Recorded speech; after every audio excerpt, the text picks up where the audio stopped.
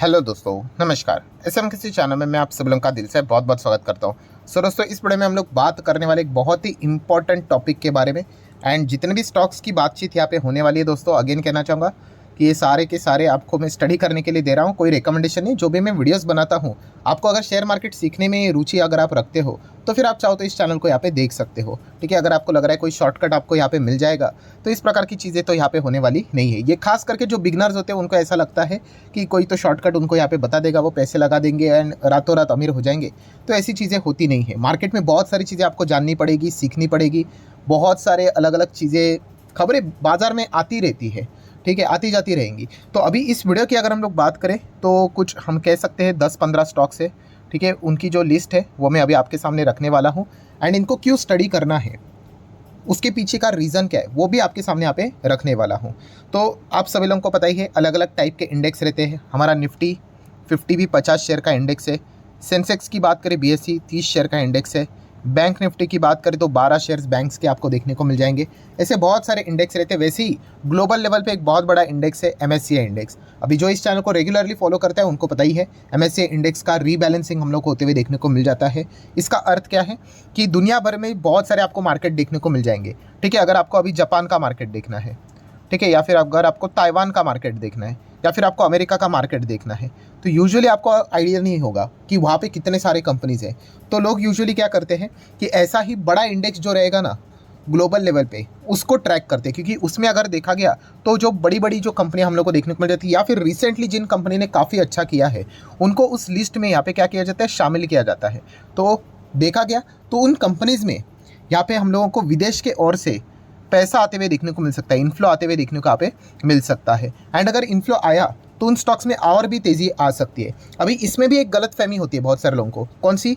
कि भाई लिस्ट में अगर नाम आया इस कंपनी का तो ये कोई गारंटी स्कीम नहीं है कि उसमें पैसा आएगा ही आएगा करके। ऐसी कोई बात नहीं है। ऐसे बहुत सारे स्टॉक हो चुके हैं जो कि आते भी है और जाते भी है।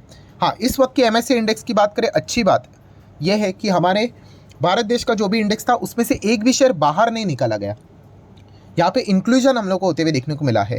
तो अगर आप चाहो तो इन कंपनीज को स्टडी कर सकते हो, बिकॉज ये वो कंपनियां हैं जहाँ पे शायद से विदेशी इन्वेस्टर का पैसा आ सकता है। मैं अगेन कह रहा हूँ, ये कोई गारंटी वाली बात नहीं होती। आप मार्केट को समझो। यहाँ पे मार्केट इतना ईजी नहीं है, हलवा नहीं है कि बहुत ही चुटकी बजाते ही समझ में आएगा। बट आपको एक प्रोसेस समझ में आ जाता है अगर आप रेगुलरली मार्केट में बने रहो तो। ठीक है, तो चलिए अभी एक एक स्टॉक को यहाँ पे आप चाहो तो देख सकते हो। जैसे मैंने कहा 10-15 स्टॉक्स है जहाँ पे एमएससी इंडेक्स में उनको यहाँ पे शामिल किया जा चुका है। तो विदेश की ओर से शायद से पैसा आने के चांसेस और भी बढ़ जाते हैं। जैसे कि अगर हम लोग बात यहाँ पे करें कौन कौन सी कंपनियाँ हैं, तो यहाँ पे एक कंपनी है IndusInd bank. Yes, IndusInd bank की अगर मैं बात करूं, जितने भी प्राइवेट बैंक थे उसमें अगर देखा गया तो जो टॉप 5 बैंक देखने को मिलते थे उसमें इंडसइंड बैंक भी हुआ करता था, जो बाद में धीमे धीमे करके पीछे ही रह गया। ठीक है, एचडीएफसी, आईसीआईसीआई, कोटक टॉप पे अभी भी है। हाँ, एचडीएफसी एंड कोटक ने कुछ खास रिटर्न्स तो दिए नहीं, बट इंडसइंड बैंक की बात करें तो पिछले 5 साल के रिटर्न्स देखोगे तो अभी तक ये अपने पुराने जख्म को भी भर नहीं पाया। अभी तो हम कह सकते हैं इतना अच्छा कुछ रिकवरी देखने को मिला है पिछले 2-3 साल का, बट अभी तक जो पुराना लेवल है उसको वो कट नहीं कर पाए। सो इंडसइंड बैंक में अगर देखा गया तो यहाँ पे एमएससी इंडेक्स में अभी इसको इंक्लूजन मिल चुका है। एंड अगर विदेश से अगर यहाँ पे पैसा आ जाता है तो इनको एक और भी रिकवरी के लिए अच्छी चीज़ साबित यहाँ पे हो सकती है। इंडसइंड बैंक का सबसे बड़ा ड्रॉबैक कौन सा है? यस, ये जो खास करके हम लोगों को होलसेल बैंक की और जो रहते हैं लोन्स रहते हैं वहाँ पे इनका ज़्यादा फोकस रहता है। एंड जितने भी टॉप नॉच बैंक है वो रिटेल लोन बुक के ऊपर ज़्यादा फोकस रखते हैं। तो ये वाला पॉइंट आपको पता होना चाहिए। ठीक है, सो इंडसइंड बैंक कोई डूबेगा भी हुआ नहीं भाई, हिंदुजा ग्रुप की कंपनी है। बट फिर भी आप यहाँ पे देख सकते हो कि कितना टाइम लगा कि आज भी यहाँ से जो कोविड के पहले भी गिरा हुआ था, कोविड ने तो और भी कमर तोड़ दी इसकी, तो आज भी रिकवरी होने के लिए 2-3 साल यहाँ पे लग चुके हैं। पुराने लेवल को अभी भी उन्होंने यहाँ पे कट नहीं किया है।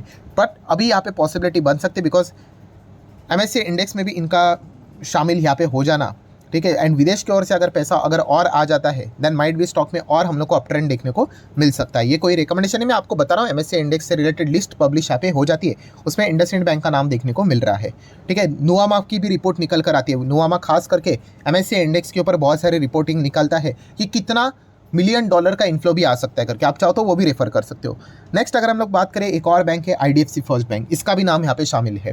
ठीक है, आईडीएफसी फर्स्ट बैंक में भी देखा गया तो एमएससी इंडेक्स में इंक्लूजन होते हुए देखने को मिला। एंड यहाँ पे भी इनफ्लो हम लोग को बढ़ने के चांसेस देखने को यहाँ पे मिल रहे हैं। अगेन कह रहा हूँ, इसका अर्थ ये नहीं कि ये स्टॉक सीधा भाग के सीधा 100-200 हो जाएंगे करके, नहीं, बट इनको पढ़िए बिकॉज MSCI ग्लोबल इंडेक्स में जिनको भी शामिल किया जाता है वो विदेशी इन्वेस्टर के लिस्ट में तो आ चुका है, रडार पे आ चुका है।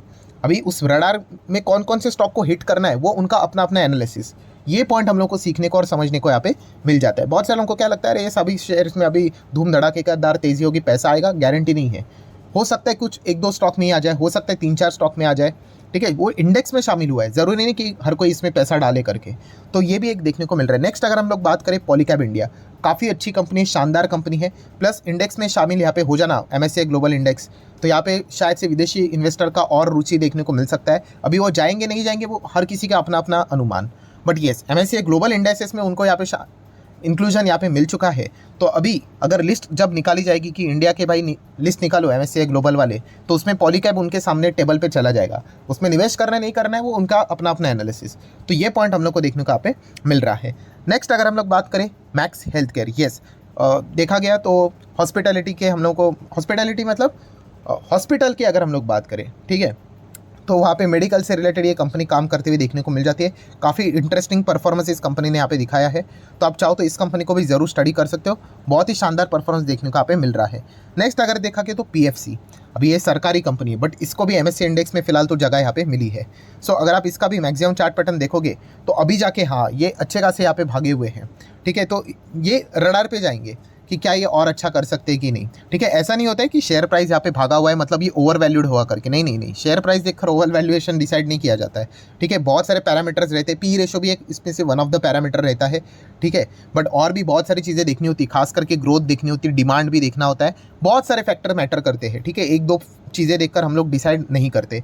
सो आप देख सकते हैं कई सालों तक न चलने वाला स्टॉक सडनली तेज़ी में आते हुए देखने को यहाँ पे मिला है। तो इसमें भी क्या हुआ है, ये MSCI ग्लोबल इंडेक्सेस में इसको भी शामिल यहाँ पे किया जा चुका है। तो ज़रूर ये इन्वेस्टर के रडार के ऊपर रहेगा, ग्लोबल इन्वेस्टर के। अभी जाना है नहीं जाना है वो उनका अपना कॉल, तो आप चाहो तो इसको भी स्टडी कर सकते हो, बट येस ये सरकारी कंपनी आपको पता होनी चाहिए। देन REC की अगर हम लोग बात करें, ये भी कंपनी, ये सारी कंपनी आप देख सकते हो बहुत समय से लिटरली सो रही थी, आप ऐसा भी बोल सकते हैं, बिजनेस में दम ही नहीं था, बट अभी जाके पावर सेगमेंट में, खास करके रिन्यूएबल सेगमेंट में बहुत बड़ा बदलाव देखने को मिल रहा है। तो ये एक प्रमाण पत्र है कि इनमें कितना बड़ा मतलब चेंज होते हुए देखने को मिल रहा है। जो भाग रहा है उसके पीछे हमें नहीं भागना है, हमें यहाँ पे देखना है कि कौन सी कंपनी अच्छी है करके, फिर वहाँ पे आप जाना चाहते हो नहीं जाना चाहते हो वो आपका डिसीजन, ठीक है। सिर्फ शेयर प्राइस को देखकर जाओगे तो फिर दिक्कतें आपको यहाँ पे हो सकती है। बट येस ये भी कैसी कंपनी है, सरकारी टाइप की कंपनियाँ देखने को मिल जाती है, इनमें भी इन्फ्लो आने के चांसेस बढ़ जाते हैं। एंड खास करके जो कंपनियाँ रिसेंटली अच्छा किया हुआ रहता है ना, जिन्होंने तेज़ी दिखाया रहता है, MSCI ग्लोबल इंडेक्सेस में उनको शामिल यूजुअली किया जाता है। नेक्स्ट अगर हम लोग बात करेंगे दोस्तों, तो पाइप सेगमेंट में, प्लास्टिक पाइप में काम करने वाली company supreme industries, yes supreme industry ने भी कमाल का परफॉर्मेंस दिखाया। 6 महीने में 45, साल भर में 78 आप देख सकते हैं यहाँ पे, एंड 5 साल में भी 300, एंड एकदम ये भी टॉप पे ही जाते हुए देखने को मिल रहा है। एंड जिस प्रकार का परफॉर्मेंस इन्होंने दिखाया, इन्होंने एस्ट्रल को पीछे छोड़ के वापस अपना नंबर 1 पोजीशन यहाँ पे काबिज यहाँ पे किया है। अगर हम लोग प्लास्टिक पाइप्स की बात करें तो ठीक है, एस्ट्रल भी कमाल की कंपनी, बट येस वहाँ पे अभी भी देखा गया तो गजब की कंपटीशन देखने को मिल रहा है। एंड फिलहाल सुप्रीम इंडस्ट्री भी हम कह सकते हैं MSCI ग्लोबल इंडेक्सेस में शामिल यहाँ पे हो चुका है। सो ग्लोबल इन्वेस्टर के रडार के ऊपर ये भी कंपनी रह सकती है। नेक्स्ट अगर हम लोग बात करेंगे Suzlon energy, yes Suzlon energy ने भी अभी ये जो शॉर्ट टर्म वाला पीरियड था उसमें काफ़ी इंटरेस्टिंग परफॉर्मेंस दिखाया है। मैक्सिमम चार्ट पैटर्न की बात करें तो ऑब्वियसली यहाँ पे पूरी तरीके से तबाही देखने को यहाँ पे मिलेगी, बट शॉर्ट टर्म की अगर हम लोग बात करें तो यहाँ पे गजब की तेज़ी देखने को मिले। तो ऑब्वियसली जो स्टॉक यहाँ पे शॉर्ट टर्म में अच्छा तेज़ी यहाँ पे दिखाते हैं तो ग्लोबल इंडेक्सेस में, MSCI ग्लोबल इंडेक्सेस में उनका नाम हम लोग को जाते हुए देखने को मिल जाता है।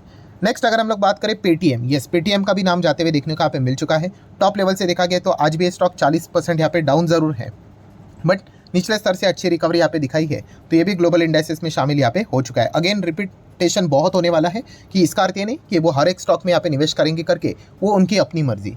ग्लोबल इन्वेस्टर की बात करें तो वो कहाँ पे जाएंगे वो देखने वाली बात होगी। देन परसिस्टेंट सिस्टम की बात करें, काफ़ी अच्छी कंपनी, काफ़ी शानदार कंपनी है, ठीक है। IT सेक्टर से जुड़ी हुई कंपनी, फंडामेंटली काफ़ी स्ट्रॉन्ग ये कंपनी है, ठीक है। तो इसमें भी अगर हम लोग बात करें तो MSCI ग्लोबल इंडेक्सेस में इसको भी यहाँ पे जगह मिल चुकी है। APL अपोलो ट्यूब्स की बात करें, ठीक है, ये तो ऑलरेडी वैसे ही देखा गया तो टॉप पे नीचे आने का नाम ही नहीं लेता है अनटिल एनालिस्ट बाजार में कुछ हो जाए। सो इसको भी जगह यहाँ पे मिलते हुए देखने को मिल रहा है, कुछ के वेटेजेस बढ़ते हुए देखने को मिल रहे हैं। नेक्स्ट बात करेंगे तो टाटा कम्युनिकेशन, इसका भी नाम हम लोग को देखने को मिल रहा है। काफ़ी वॉलेटाइल स्टॉक है, बट येस फिलहाल की सिचुएशन को अगर हम लोग देखें तो ये भी बिल्कुल टॉप लेवल, मतलब रिसेंटली जिन्होंने अच्छा परफॉर्मेंस दिखा है बिजनेस के हिसाब से, उन सबका नाम हम लोग को शामिल होते हुए देखने को यहाँ पे मिल रहा है। मैक्रोटेक डेवलपर्स की बात करें, रियल इस्टेट सेगमेंट में यूजुअली देखा गया तो बहुत सारे लोगों की रुचि आ रही है। उसमें MSCI ग्लोबल इंडेक्सेस में मैक्रोटेक डेवलपर्स, लोधा बिल्डर्स का नाम जाते हुए देखने को यहाँ पे मिल रहा है। मैक्सिमम रिटर्न्स की बात करें लिस्टिंग से लेकर अभी तक 226% के रिटर्न्स इन्होंने यहाँ पे जनरेट करके दिए हुए हैं। सो यहाँ पे फॉरेन इन्वेस्टर आएंगे या नहीं आएंगे वो तो बात की बात। देन देखा गया तो टाटा मोटर का DVR, यस वो भी शामिल होते हुए देखने को मिल चुका है। अभी DVR तो कुछ ही दिनों का मेहमान है, आपको पता है। उसके बाद तो टाटा मोटर ही हम लोग को सिर्फ एक ही स्टॉक देखने को यहाँ पे मिलने वाला है।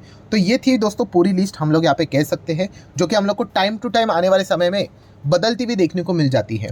ठीक है, तो ऐसा मत सोचना कि मान लीजिए XYZ कोई स्टॉक यहाँ पे शामिल हुआ है, उसमें मैं जाके पैसा लगाऊंगा मतलब अभी गारंटी है कि पैसा मिलेगा। गारंटी नाम की कोई गारंटी नाम का शब्द मार्केट में तो होना ही नहीं चाहिए, ऐसी कोई चीज़ें होती नहीं है। यहाँ पे अनसर्टेनिटी बहुत ज़्यादा रहती है, इतना तो हम यहाँ पे कह सकते हैं। एंड प्लस अगर देखा गया तो जैसे MSCI इंडेक्स में, ग्लोबल इंडेक्स में इंडिया की अगर हम लोग बात करें, हमारे इंडिया की जैसे शामिल यहाँ पे किया जाता है वैसे एक्सक्लूजन भी होता है। इस वक्त एक्सक्लूजन नहीं हुआ है, तो ये वाला पॉइंट भी याद रखो। आज शामिल हुआ है, ये कोई गारंटी नहीं कि परमानेंटली ये रहने के लिए आया करके। अगर परफॉर्मेंस अच्छा नहीं रहा तो ये ग्लोबल इंडेक्सेस से निकाला भी जा सकता है, एंड अगर निकाला जाता है तो वहाँ पे आउटफ्लो भी आ सकता है। ये भी भविष्य में चीज़ें देखने को यहाँ पे मिल सकती है। सेम निफ्टी 50 जैसी, निफ्टी 50 में जो शेयर आता है यूजुअली म्यूचुअल फंड का, इंडेक्स फंड का, ETF का, वहाँ पे पैसा हम लोग को जाते हुए देखने को मिल जाता है। एंड जैसे ही किसी को निकाला जाता है तो बाकी वहीं पे हम लोग को गिरावटें भी देखने को मिल जाती है। ऐसी चीज़ें बार बार रीबैलेंसिंग में यहाँ पे चलती रहती है। एक ज़माने में येस बैंक भी शामिल हुआ था। येस बैंक जब 5 रुपये से बढ़ा था ना, ज़बरदस्त 15-20 रुपये तक पहले गया था, वो अभी की बात नहीं कर रहा हूँ। तभी येस बैंक भी MSCI इंडेक्स में शामिल हुआ था, बाद में शायद से वापस उसको निकालेगा। ये ऐसी बहुत सारी रीबैलेंसिंग चलती रहती है, आती जाती रहती है। अभी नेक्स्ट टाइम की रीबैलेंसिंग होगी, क्या पता इनमें से कुछ स्टॉक्स वापस निकाले जाए करके। तो ये वाला पॉइंट भी आपको पता होना चाहिए। इतना लंबा चौड़ा भाषण में आपको क्यों दे रहा हूँ, क्योंकि यस कोई भी शेयर में ब्लाइंडली जाना नहीं होता है। फंडामेंटली स्ट्रॉन्ग जो शेयर्स है एंड जिसका बिजनेस में आपको पर्सनली रुचि है, आपको बिजनेस अच्छा लगना चाहिए। ठीक है, क्योंकि मार्केट में सालों साल टिकना पड़ता है अगर आप इन्वेस्टमेंट की बात करते हो तो। अगर बिजनेस में इंटरेस्ट नहीं है, सिर्फ स्टॉक का प्राइस 10 रुपये का हो गया, 100 रुपया, इसलिए मैं खरीदने जाऊंगा, कोई सेंस की बात नहीं। वो 100 का 90 हो जाएगा तो हालत ख़राब हो जाएगी। बट बिजनेस अगर आपको अच्छा लगता है तो फिर आपको ज़्यादा फर्क नहीं पड़ेगा, 100 का वो 80 भी हो गया तो आप बने रहोगे। इनफैक्ट आप चाहोगे कि अच्छा स्टॉक फंडामेंटली ही स्ट्रॉन्ग है, वो नीचे आ जाए तो मुझे और सस्ते दाम पे खरीदने का मौका मिलेगा, एवरेज करने का मौका मिलेगा। तो ये थॉट प्रोसेस यूजुअली हम लोग का यहाँ पे होना चाहिए। सो ठीक है दोस्तों, जितने भी अभी तक की अपडेट थी वो मैंने आप लोगों के सामने यहाँ पे रख दी है। वीडियो इन्फॉर्मेटिव लगा होगा तो आप चाहो तो इसको लाइक एंड शेयर भी यहाँ पे कर सकते हो। So that's it, thank you very much दोस्तों, we will be meeting next video, तब तक के लिए बाय बाय।